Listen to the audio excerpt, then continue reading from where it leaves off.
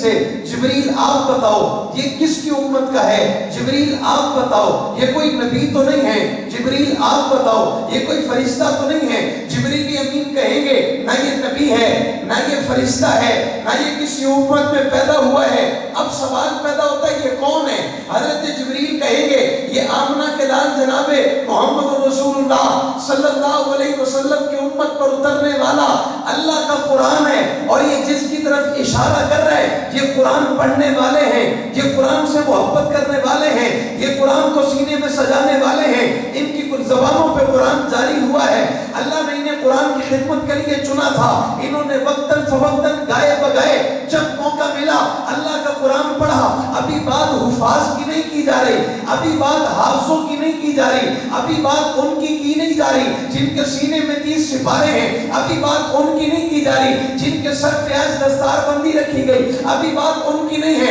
ابھی تو بات ان کی ہے جنہوں نے قرآن پڑھا، ابھی تو بات ان کی ہے جنہوں نے قرآن کا ایک سپارہ پڑھا، ابھی تو بات ان کی ہے جنہوں نے قرآن کی ایک سورت کو پڑھا، ابھی تو بات ان کی ہے جنہوں نے قرآن کو کسی بھی لمحے میں، کسی بھی موقع پر، کسی جلسے میں، کسی پروگرام میں، کسی تقریب میں یا کسی محفل میں اللہ کے قرآن کی تلاوت کی، ابھی بات ان کی ہے۔ اب آپ اس بات سے اندازہ لگاؤ حافظ قرآن کا مقام کیا ہوگا، حافظ قرآن کی شان کیا ہوگی، حافظ قرآن کی عظمت کیا ہوگی۔ آپ نے علماء سے سنا ایک حافظ اپنے ساتھ 10 ایسے لوگ جنت لے جائے گا جن پر جہنم بازی ہو چکی ہوگی۔ اس بات سے اندازہ لگاؤ حافظ قرآن کا مقام کتنا بلند ہے۔ ایک حافظ قرآن کا قیامت کے دن جسے کہا جائے گا یہ قرآن پڑھتا چلا جا اور بہشت کی سیڑھیاں چڑھتا چلا جا، جدھر والناس کہے گا ادھر تیرا مقام ہوگا۔ یہ حافظ قرآن کی شان ہے اور یہ حافظ قرآن کی عظمت ابھی میں نے بیان نہیں کی، ابھی تو اس کی بات ہے۔ امام غزالی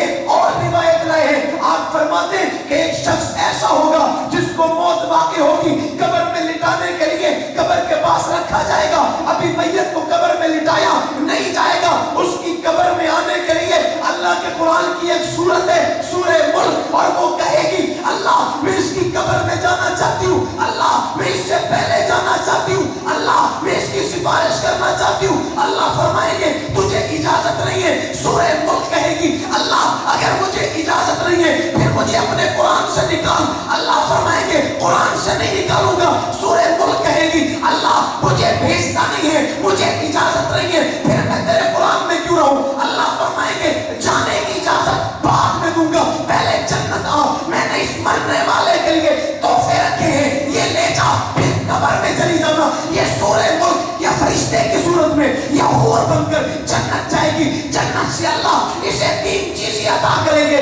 پہلی چیز اللہ تکیہ دے گا، اللہ گدا دے گا، اللہ چادر دے گا، یہ 3 چیزیں لے کر قبر والے کے پاس آئے گی۔ ابھی میت قبر کے باہر پڑی ہوگی، قبر میں گدا پہلے بچھایا جائے گا، قبر میں تکیہ پہلے بچھایا جائے گا، قبر میں چادر پہلے رکھی جائے گی۔ جب اس میت کو قبر میں سلایا جائے گا میت کے خاندان والے غم زدہ ہوں گے، اماں ابا رو رہے ہوں گے، رشتہ دار آنسو بہا رہے ہوں گے، ابھی خاندان تڑپ رہا ہوگا۔ یہ میت کہے گی مجھے 10 منٹ کے لیے اجازت دی جائے، میں اپنے ابا کو تسلی دوں، اپنی ماں کو تسلی دوں، اپنی بہن کو تسلی دوں، رشتہ داروں کو تسلی دوں، عزیز و اقارب کو تسلی دوں۔ یہ سورہ ملک اسے کہے گی میں تیرا انتظار پہلے سے کر رہی تھی، بعد میں جانا اجازت دوں گی، لیکن میں نے پہلے تجھ سے کچھ لاڈ کرنے، لاڈ کیا ہوگا؟ سورہ ملک اس میت کو لٹا کر اس کا سر تکیے پہ رکھا جائے گا، تکیے پہ رکھنے کے بعد یہ سورہ ملک فرشتے کی صورت میں، حور کی صورت میں اس کے ماتھے پہ بوسہ دے گی، اس کی گالوں پہ بوسہ دے گی، اس کے ہونٹوں پہ بوسہ دے گی، اس کے سینے پہ بوسہ دے گی، اور ساتھ ساتھ یہ جملہ بھی کہے گی یہ عظیم ہونٹ ہے جن ہونٹوں سے تو میری تلاوت کیا کرتا تھا، یہ عظیم آنکھیں ہیں جن آنکھوں سے تو مجھے دیکھا کرتا تھا، یہ عظیم زبان ہے جس زبان پہ سورہ ملک جاری ہوا کرتی تھی، اور ساہیوال کے جوانوں مجھے یہ جملہ کہہ لینے دو، ابھی بات حافظ قرآن کی نہیں ہو رہی، ابھی بات قاری قرآن کی نہیں ہو رہی، ابھی بات عالم دین کی نہیں ہو رہی، ابھی تو بات اس کی ہو رہی ہے۔ اور جس نے سورہ ملک کو پڑھا، جس نے سورہ ملک کی تلاوت کی، یا رات کو پڑھا یا دن میں پڑھا یا صبح میں پڑھا یا شام میں پڑھا، سورہ ملک پڑھنے